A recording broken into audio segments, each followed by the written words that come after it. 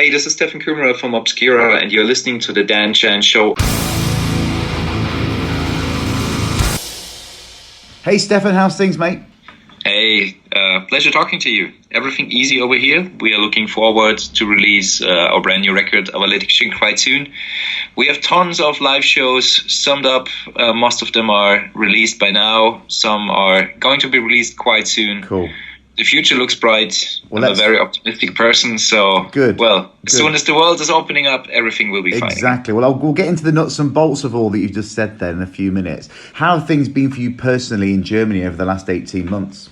Well, I haven't had that much of a gap as others had, since we just finished our last European tour with Obscura in late March. Yeah. And I think just a couple of days after the entire world was closing down. So we finished the regular touring cycle for this album with a big bang, with a sold-out hometown show.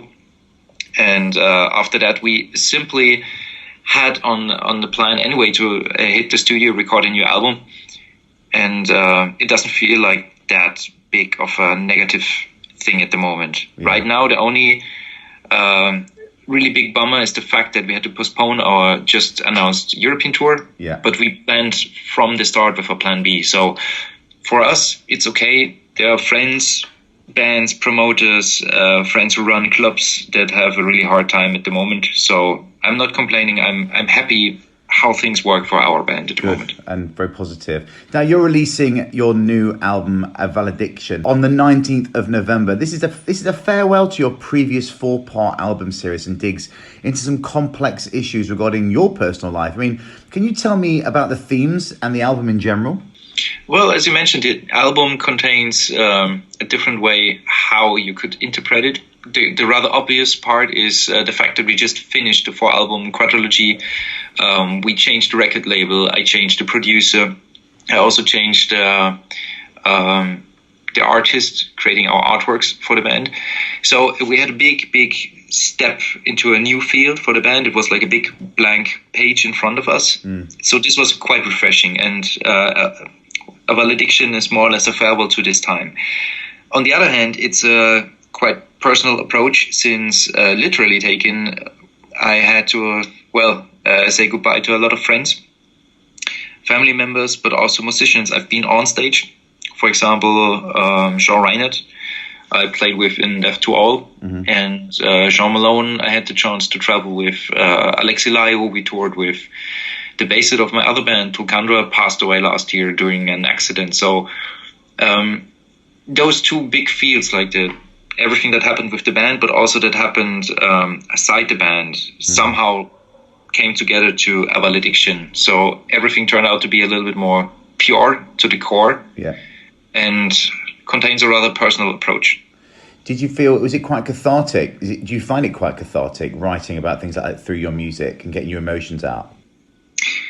That's too early to say. Really? I'm happy it's done, and I think the entire album is quite honest with everything. Not only the music, also the production, the lyrics, the artwork. Everything has a certain grip to it. Yeah. That's something I really like, and also this direction towards something more organic. It fits the band and suits the band very well. Yeah. For me personally, it's a little bit easier to also translate or transform ideas I have if I'm not working in that abstract way as we did in the past. In the past, I think this mentioned 4-album quadrilogy is so far off and filled to the max with astrophysics, philosophy, and even religious topics. It's really hard to digest. Yeah. And I was interested in that field, or in those fields, for a very long time. But at the moment, I simply have different things in life to think about and to digest myself. Yeah, I understand. So, I mean, you've kind of touched upon it, but how do you feel the band is evolving per album? During the last 15 years or 10 years, we had a very clear guideline with the 4-album concept. Now, as I mentioned, we simply have a new start. It's a kick-off for the band. Yeah. We have a new record label that gives us the opportunity to work with somebody like Freddie Nordstrom. Yeah. So it's the first time we have been able to fly to a different country. It's the first time I produced music abroad. And we have more opportunities when it comes to touring. So I hope we finally hit Russia, China, South America, Central America. There's so many places I haven't been with the band. And since each album was more successful than the previous one, we are always growing as a band. And I also want to have this effect with the music. Yeah. And when we started writing music for this particular album, what we really thought about is the simple fact that we spend more time on the road than in the studio. I love being in the studio, getting absolutely nerdy with equipment, with frequency spectrum, everything. But at the same time, I spend more time in a tour bus, in a plane, or in probably 50 planes a year. So what we wanted to do is writing an album that contains everything this band's elaborated or brought to the table during the last 20 years. But at the same time, it has to be possible to transform everything in a live situation. Yeah. So when we started writing the first song, we had in mind how it should sound and look at the same time on stage. We are not making music for musicians. We're making music for people who are interested in this kind of music, in really extreme metal. And you don't need a PhD to understand what we are doing. So it's a very thin line in between, but this was the aim we had with this record. Yeah, very cool. And you just mentioned as well, you've got award-winning producer Freddie Nordstrom, who works with the likes of In Flames and Architects involved in this album. How cool was it working with him? And what did he bring to the table? He's definitely a character and a very good one on top. As I mentioned, the first time we flew abroad to produce an album, and it was kind of an adventure, because you leave your comfort zone, a work environment you established over more than a decade, into something entirely new. But from day one, I felt very welcome by Fredrik, by his assistant Rob. Overall in Sweden, it was simply a nice atmosphere, and his work attitude and work ethic differs a lot from people I worked in the past. And he sometimes just sits down, thinks about a certain part, and then you have a one-liner like Stallone or Schwarzenegger would do, and then actually he brings it to the point, really dry. And that was really, really interesting. And I think his attitude brought the band a different grip. The entire production sounds a little bit more wider, deeper, and I wouldn't call it dirtier, but there's some grain on it, so to say. Speaking of visuals, since the previous albums have first of all, the music was so complex that you needed to polish a lot of parts, because otherwise you couldn't hear any details. Now we have this attitude, it should sound more made for a live situation, and therefore you have, as a producer, as an engineer, much more freedom to work with details, to simply leave a chord open for some time. And I think both worlds matched very, very well. Cool. Not only personally, but also when it comes to the production of the album. That was fantastic, really a great experience. So it sounds like a good future relationship between you guys. Absolutely.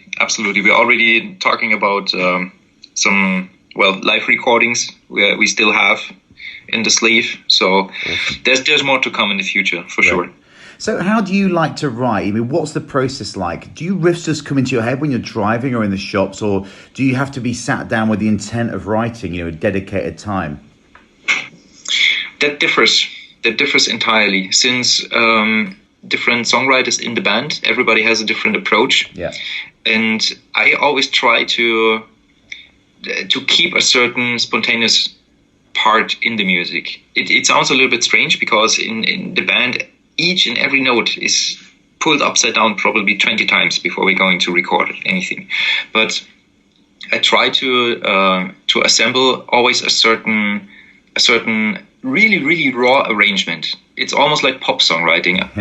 Everything begins with a very strong chorus or a very strong choral melody line. And out of that, I'm building an entire song, but very raw. Then I record everything. Then I write everything down on sheet music. And on that part, I'm starting to analyze everything. And there it starts, where the details are going to be added, where the arrangement is going to be really set in pieces, so to say. Yeah. And I'm trying to combine both worlds, more or less, being like a rock metal guitarist, but at the same time working with all the knowledge and the tools you have these days. Yeah. But it needs to be in balance. Think about, you only work with your head without your heart, it would sound sterile. If you would only work with your stomach, well, I get it. That might be interesting, but it wouldn't work. So somehow we need this balance in the band and in this kind of music. So with your, obviously, riffs and stuff, do they just come randomly into your head? Or do you have to have your guitar? Do you go, oh, that's a good one? Like, just you hear it from another song or something, like, you've got an idea. Do you just sing it into your phone and try and get it down? I have a certain work routine every day. I play around 2 hours every day. Okay. I'm warming up half an hour. I'm playing Obscura songs for more or less 1 hour. Yeah. And, the last half hour I just leave open, and I'm just trying around. And sometimes, well, even a blind guy, sometimes. Yeah. Now, sometimes it works, and sometimes I don't have ideas for weeks. Yeah. But when it starts, it's, like spring break. Yeah. I love it. So you mentioned earlier about having a clean slate. One more question about the album before we go on to other things. The album artwork seems to tell its own story. How did that come about? That was a collaboration with Iliran Kantor, a quite well-known face for the metal community, since he also worked for bands such as Halloween, Testament, Heaven Shall Burn, just to mention a few. Yeah. And he's one of the guys who work rather old school. He's not working only with Photoshop, but also with oil on canvas and different techniques he's combining. So it's not possible to change everything. So when he delivers an idea to you, you can take it, maybe change some minor parts, but that's it. Mm-hmm. So to prepare the entire artwork, I sent him the full idea of the trilogy, which is starting with this new album. I sent him the color concepts, which is always a thing in the band. Yeah. The different album names. I sent him a pre-production and everything. So everything he could probably use or not use to get in a certain mindset. Wow. And what I wanted to take over from the past is simply the arrangement of the artwork. We always had a certain centered, quite symmetrical piece round. It almost feels like a planet. And he somehow understood the way I wanted to go with the music and the lyrics, and translated it towards the art. So we have something round that is similar to a planet in the very center, but it's a figure. It's a human figure that is somehow held by a second figure. You just see at the second look. And there, I think the essence of the entire album, this A Valediction name, shines through, because those two characters are somehow connected but disconnected at the same time. It's kind of for me, it's kind of poetic, because if you just interpret it as a father and a daughter, maybe one of them just passed away, but you don't know which one, because you don't know which one is in real life and which one is maybe on the other side, or vice versa. Yeah, it's very cool. And I simply love it. It's it's very good. On the one hand, a quite simple idea, you understand super easy, but on the other hand, it's so open for interpretation. So the way you work, you're like George Lucas, aren't you? Thinking forward ahead so many years. I never met George Lucas, but that would be funny. No, but it's just the fact that you got everything lined up. You know what's going to be the next 3. It's quite cool, man. Yeah, but that's how this band works forever. Yes. And I simply love it. And that's also the reason why I choose to work with Nuclear Blast. Yeah. I got many different offers from different labels. Some even had bigger budgets. Yeah. But I was not looking for a big budget. I was looking for a company where I know I can work on the long term. To come up with, ideas like this, that you have albums that are connected in a row. It's brilliant. And I'm very happy about that. Well, talking about how the band works, you founded Obscura in 2002. Did you always set out to keep pushing yourself to get that signature sound? And how did the band get formed with like-minded musicians? Because, you've got such technical musicians in your band. Was it hard to find the guys to say, lived up to your standard? Well, I think the entire band evolved from literally nothing. So when we started with the band, first of all, no one wanted to hear this kind of music at the time.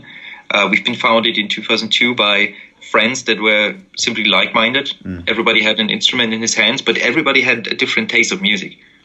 Thrash metal, black metal, ultra tech death metal, everything in between. So from this soup in the very beginning, we just formed towards a certain direction. And I think album by album, we just developed into something I would call our own sound. I think within the last maybe 2-3 albums, we arrived at a certain original state. And what changed a lot are the aims of the band. When we started the band, we just wanted to make music, well, something different than sitting in front of a TV at the time, because internet was not a thing. So when it started to become more serious, when we started to become a touring band, first guys jumped the ship when life simply changes. Where a lot of the guys became fathers, founded families, got a real job, and didn't want to drive with a van through, I don't know, Southern Europe or Texas or something, and go home with nothing. But I love what I'm doing. I'm still here. I'm marching on. I'm the founder. But at the same time, everybody who came in the band in the time in between, they just, well, have been part of it. They also gave something. They got something. Yeah. Part of the history. It's all a snapshot of time, and it's always a part of collaboration. Obscura was a solo band, and it will never become one. So it's a matter of balance. And do you keep challenging each other technically and musically all the time? Are you pushing it? Sometimes we are going pretty much to the limits. We have one song, but not all the time. That's the big difference. So we learned from our mistakes in the past. We are not in that age anymore where we have to prove anything.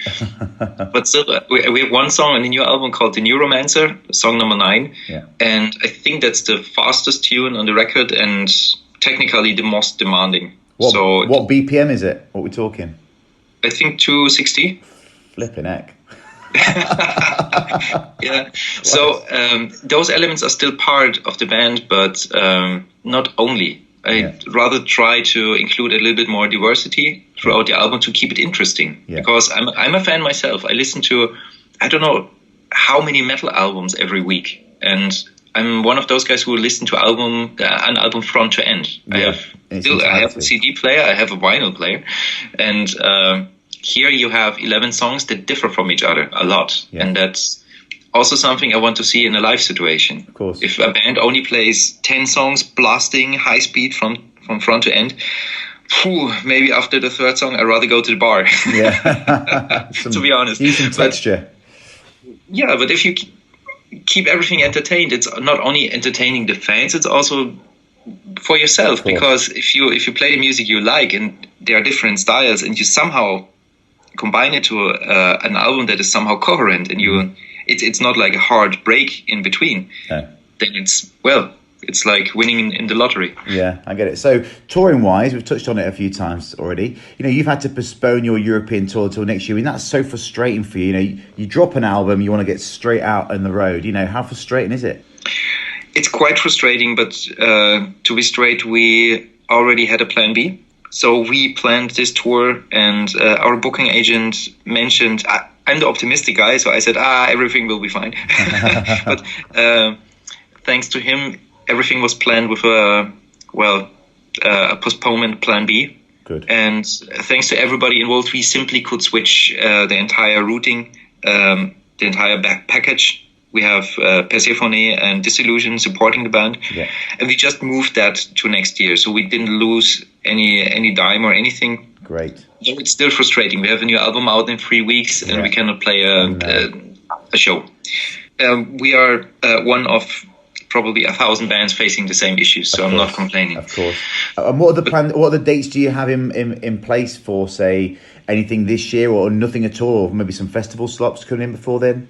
Well, this year is entirely off. Yeah. Nothing will happen this year, but we are going to announce, a national-wide North American tour, hitting the United States and Canada in a couple of days. Really? 50 dates. Wow. I think no day offs, so that will be fun. Amazing.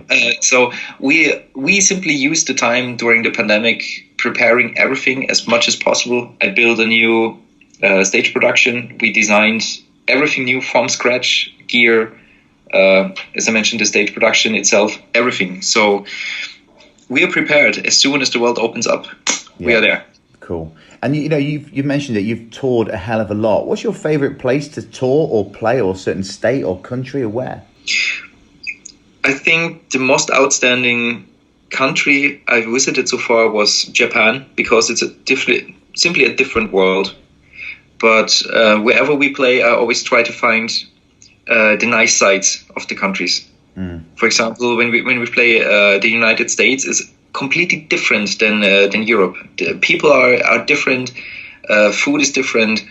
The attitude of everyone is entirely upside down. Everybody in the US, for example, is extremely optimistic, and this is really something positive I'm looking up to. This is fantastic. Even if you have a really hard time, people are still smiling and somehow try to make the best out of it. Cool. We played Australia just a while ago, and everybody is so laid back and really, really cool in a certain way, but different. It's rather a feeling. And I wouldn't call it a job, but what I'm doing with Obscura is a gift. I'm touring the world. I make a living out of that. I meet tons of people. I'm visiting so many countries. I probably would not be able to visit with a day-to-day job. Of course. So fantastic. Amazing. Now, you sell your tab books for guitar and bass parts. Do you have a big following from the guitar world who probably wouldn't normally like your music or get the music? Do you get those kind of fans at all? A lot. We put out the first tablature book as I would call it an experiment. That was for the album Cosmogenesis I think we released in 2009 or 2010, because we figured there are no tablature books for death metal available or extreme metal. When I grew up playing guitar, I picked up Malmsteen books and Metallica, and I don't know what else I have over here, but this was kind of regular. But for death metal, you always somehow had to guess what is going on. So we figured, okay, let's give it a try. And the first edition of 1,000 books was sold out within, I think, 2 months, something. So we reprinted it a couple of times. And there's definitely a certain own community for this kind of music. It's very demanding. There are a lot of guitar shredders out there. Very interesting. They also put out a lot of covers for our songs, and we created some time ago a little playlist, and we have 500-600 kids around the world playing the songs of us. Amazing. This is amazing. I saw that on your Instagram. Yeah, it's really cool. Sometimes we also push this community a little bit. For example, we figured it's kind of hard to play along the regular album tracks, so we just gave this community and our fans backing tracks for free. Amazing. You can download them on our web store. That's so cool. And if you want to cover a song, just play along the original files, and that's really cool. And people, that's a great idea. I've never heard that before. That's brilliant. Yeah, but they love it. And for us, it's fine. The record label agreed for that, and everybody's happy. That's really, really cool and something unique. Very much so. Now, out of interest, who were your guitar gods growing up, and probably still are? When I started to play, it was definitely Chuck Schuldiner, Malmsteen, and I would say Paul Masvidal from Death and Cynic. Yeah, I know. So, and you were nominated for Guitarist of the Year in Metal Injection a few years ago. How important is it for you to be recognised by the industry as one of the best? I think there's no right or wrong in playing, and I'm one of the guys playing rather, I would say rather technical, rather demanding. It's very hard to reproduce music, so I understand why people get to it, but personally, I love guitarists who have simply a certain tone you can recognize. For example, Santana, I think he plays the same notes for, 15 decades. But you immediately hear his tone, his fingers. And this is something I'm far away from. Yeah. And therefore, it's always a matter of taste. All those lists every year, it's somehow an honor, but on the other hand, there's no right or wrong. You can argue about taste for probably 2 ages. Yeah, of course. Now, tell me about your custom guitar. Now, I'm no guitarist myself, but I know awesome when I see it. What a piece of kit that is. That is a long story. I'm playing this kind of shape since 2003. I got a guitar built in exactly this shape from a Polish manufacturer called Ren Guitars. Right. And the first one was a 6-string. And years later, they also produced 2 7-string versions with different woods. But unfortunately, the company went out of business a couple of years ago. So I talked to a couple of companies, and I also play ESP guitars with my other band since many, many years. And they've been one of the bigger brands who have been interested in also working with a new shape. Most of the bigger companies are rather sensible because of copyrights and all that.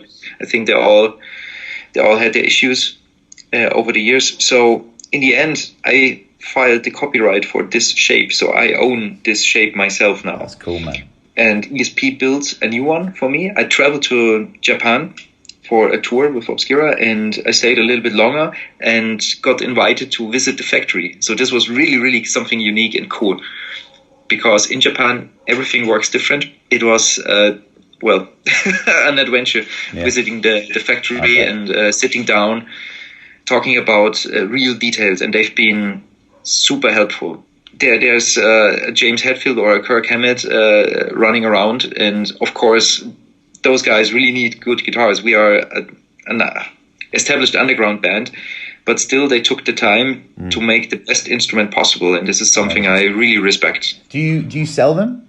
Can fans buy those guitars? Not yet. Not yet. Or not yet. That's just funny. Not yet. That's good. So finally, Steffan, what's the message to fans new and old? New and old. According to Fredrik Nordström, the new album is BOM, Best of Metal. So if you're into extreme metal, listen to A Valediction. It goes to 11. Literally, it has 11 tracks, and just listen to it. Nice. Well, I can't wait for everyone to hear it. Cheers, Steffan. All the best with the release and the tours to follow. Thank you very much for the interview. It was a pleasure talking to you.